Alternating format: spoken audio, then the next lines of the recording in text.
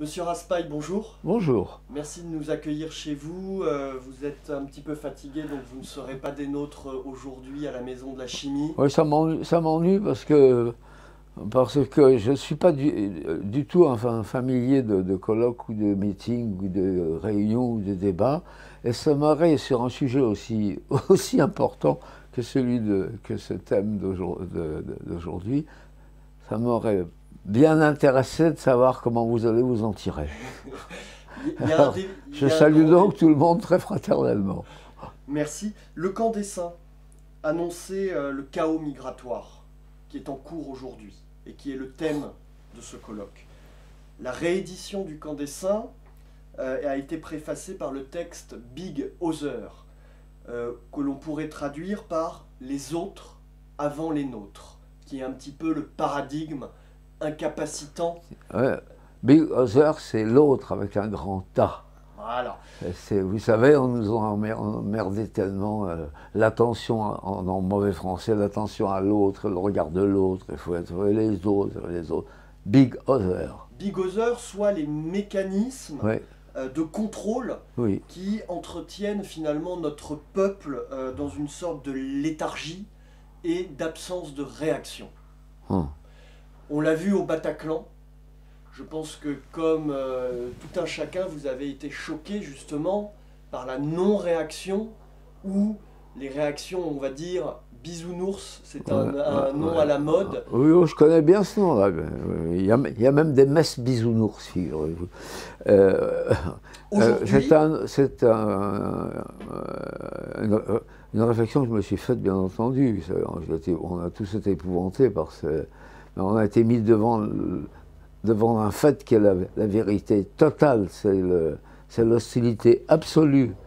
Je ne dis même pas de l'islamisme, mais de l'islam à l'égard de l'Occident, l'islamisme nous déteste, et que c'est incompatible, 2000 ans de différence, ça ne changera jamais, et on a été mis, je ne le dirais pas enfin, mais on a été mis enfin devant le fait accompli. Maintenant, cela étant dit, les manifestants, qui ont été nombreux à aller à la République ou à la Nation, je ne sais plus, ils ont leur lieu privilégié. Au lieu de... C'est très bien de planter des bougies, de mettre des fleurs, de pleurer, de mettre des photos, etc. Mais je ne comprends pas pourquoi ces manifestants, qui étaient très nombreux à ce moment-là, ne se sont pas partis en cortège pour aller faire une gigantesque manif devant une des ambassades de pays arabes, l'une des plus salafistes possibles. Il n'y a pas ça qui manque, en cassant quelques carreaux, en faisant beaucoup de bruit, etc., et en manifestant une réelle indignation. Il n'y a pas de colère. Et tant qu'il n'y aura pas de colère, je ne vois pas du tout comment on s'en sortira. C'est une réaction normale, la colère. On vous déclare la guerre, on répond. On ne va pas mettre des fleurs au premier mort. On venge les morts. Vous appelez à une sorte de réveil et de violent passage à l'action. Oui. J'appelle à rien du tout, mon ami, parce que, encore une fois, je ne suis pas comment dirais-je, je ne veux pas être un donneur de messages. Je ne suis pas assez intelligent pour ça, je ne suis pas un essayiste, je ne suis pas... Voilà. Bon. Mais on sera obligé de passer, et très vite à ce stade-là. Si on ne passe pas à ce stade-là, le mal définitif sera fait en 30 ans. C'est Le Gallou qui fait remarquer dans son dernier livre que le Figaro Magazine, en 1985, dans une étude tout à fait étonnante, qui a fait beaucoup de bruit, que j'ai d'ailleurs initié avec Louis Powell, c'est Patrice de Plaquette, la Marianne à Tchador sous la couverture, tirage de 1,5 million d'exemplaires, une explosion, et un déchaînement énorme comment dirais-je, de haine à notre égard. Mais là n'est pas le problème. Le Gallou a remarqué que toutes les prévisions qui avaient été faites par les auteurs des articles et les démographes qui nous assistaient les prévisions pour 2015, puisque c'était serons-nous encore français en 2000, dans 35 ans. Eh bien, toutes les prévisions ont été réalisées. Voilà. Pourquoi je dis ça, je ne sais pas. Big Brother, c'est comme dans le Big Brother d'Orwell. Big Brother d'Orwell commande comme ça à toutes les cervelles. Bon, dans un autre registre, Big Other, qui est donc devenu une espèce d'extraordinaire comète qui nous surveille, qui nous formate, qui nous tout ce qu'on veut, comment dirais-je, nous paralyse.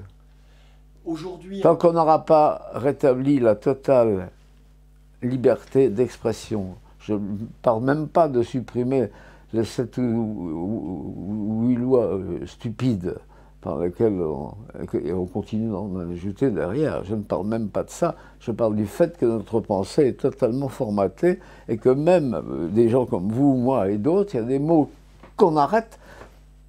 Alors c'est ces mots-là qu'on devrait sortir. Les mots de colère, justement, même les mots excessifs.